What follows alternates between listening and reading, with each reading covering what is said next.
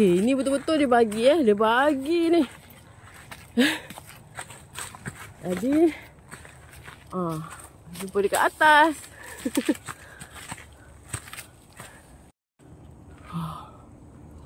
Masih tinggi. So kita hadap 500 meter ni dengan kadar ketinggian yang maksimum.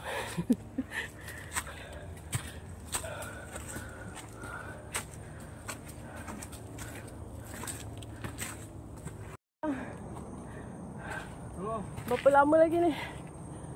Mencanak-canak ni. Moderate sikit lah, tak ada mencanak. Ya ke?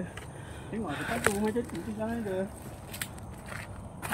Oh, dia tak mencanak lah.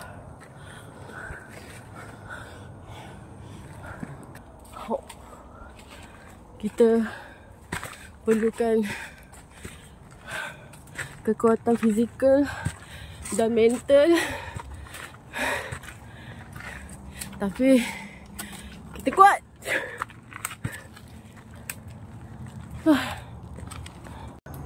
Dah nak sampai lah ni. So, itu adalah had sepadan Lebuh Raya. Alhamdulillah sampai. Kita dah sampai. Awak.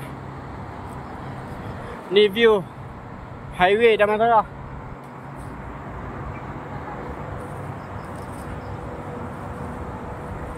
Highway Damansara ni. Macam ni sayang, okey? Okey, okey. Tak okey.